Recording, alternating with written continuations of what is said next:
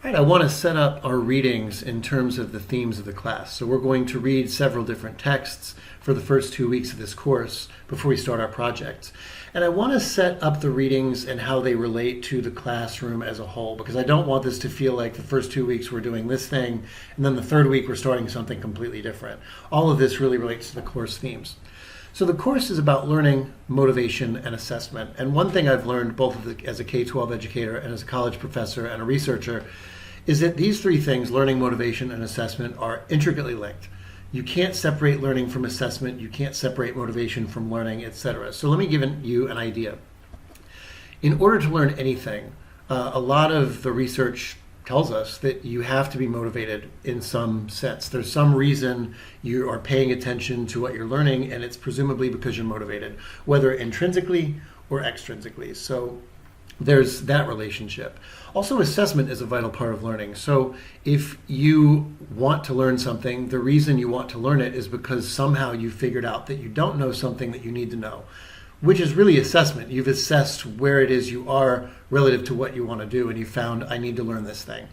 Also, when you learn, part of the whole point is assessment, because when you learn something, you're trying to remedy a weakness. So when you learn it, you want to figure out, I need to assess to see where I am. So think about, for instance, someone who is playing a sport, someone who's, let's say, practicing a certain lacrosse throw or a certain tennis stroke, or something like that. So there's learning, obviously, that's going because they're kind of tweaking their positions based on where the ball goes and things like that. There's obviously motivation because there's some reason they're doing it. And there's also assessment. So every time you do the certain lacrosse throw or tennis stroke, you look at where the ball is in relation to where you want it to be. Okay, it didn't go where I wanted it to go. I have to make a tweak. So that's assessment right there. That's a built-in assessment.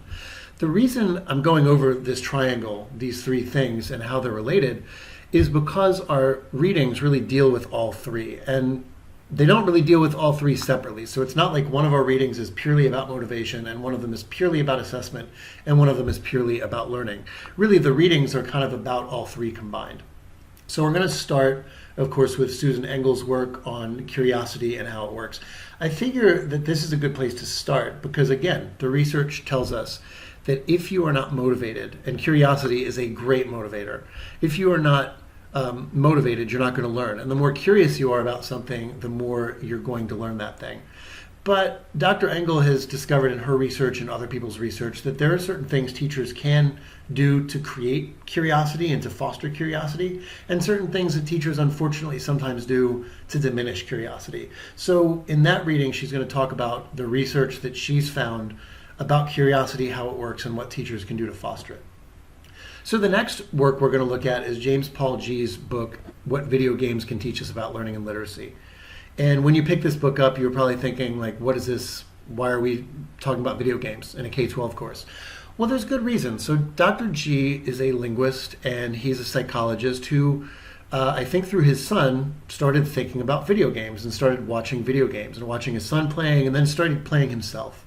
And what he realized about video games, whether it's a video game on a PlayStation or something on your smartphone or any game, it could even be a board game, is that games exploit rules of learning. So let me put it like this. Video game designers are faced with the challenge of simultaneously making something that you want to play, but number two, that is frustrating to play. They deliberately make the game hard. It wouldn't be a game if it were just easy. So video game designers try to figure out ways to make the game really, really hard and make it really hard to get to the goal. But what they find is if they make a game really hard, but still doable, and you can still learn the game and do well at the game, even though it's difficult, people's interest strengthens. So what he did was started looking at learning theory, because if you think about it, this is what we want to do in education. We want to design education that's difficult, but still motivating. And that's a really hard thing. Sometimes learning is motivating but not difficult, and sometimes it's difficult and not motivating, and things like that. So he started looking at kind of the principles that we know from science and theory about learning and applying them to video games.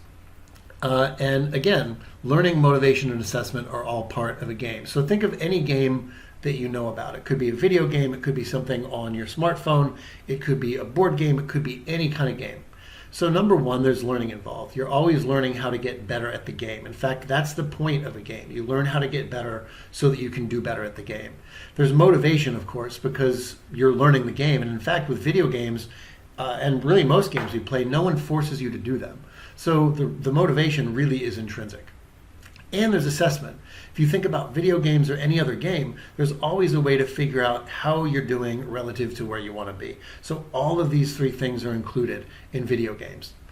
So I do have a caveat, a warning about this book. So the book really focuses on the kinds of games that you'd see on PlayStations and Xbox and stuff like that. And I know not a lot of us might play those games. In fact, I don't play those games. But most of us still play video games. In fact, surveys say that most people play video games on their smartphones, whether it's Candy Crush or the games that kind of came out of that, or whether it's Angry Birds from several years ago, or even something as simple as Solitaire, something like that. Any game that you play, you can think about that sort of game when you read this book. But I will warn you that some of the book, some of the chapters are devoted to him explaining a particular game. And he explains it in some detail because he wants us to look at the game related to what theory and research says about learning. So I will advise you during those sections where he's explaining a game, if you can follow along with it, great. If you can't follow along with those sections because you don't have the background knowledge of games to follow along with them, skim those sections. Because the other sections where he talks about, okay, now that I've described the game, here's what learning theory says about why this game is motivating and how people learn in games and stuff like that. That's the part that's important. So you can skim the parts that are more about video games, and you can really read the parts that are more about learning. Last book is Dan Pink's book, Drive. So this book really is more about motivation than anything else. And like James G's book, it's not a book that's written specifically for K-12 education. In fact, this book is not about education at all. It was written for business folks. This was a book that was really pitched towards people who are in business and want to figure out how to motivate employees, want to figure out how to create motivating work environments and things like that. But his research is very solid, so he does a good job of explaining what the motivation research actually is. So what I want to do with this book is read the book with an eye towards how can these principles he talks about be applied to education and educational environments? How can mastery and purpose and autonomy be applied to our various classroom environments? It's probably an easier read than James Paul G's book. It's written for kind of the average person. But it's also going to be challenging because it's not about education. And that's why I kind of think the book is really interesting to talk about. So when you're reading that book, as you're reading other books, keep in mind, how does this apply to education? And also, how does this research on motivation affect the areas of learning and assessment? So those are the three readings that we're going to do. I figure setting them up for you as I just did will probably give you a better understanding of how these readings fit in with the course. And I look forward to seeing your thoughts and your questions and your comments on these readings because I think they're really fascinating to talk about, and hopefully you will too.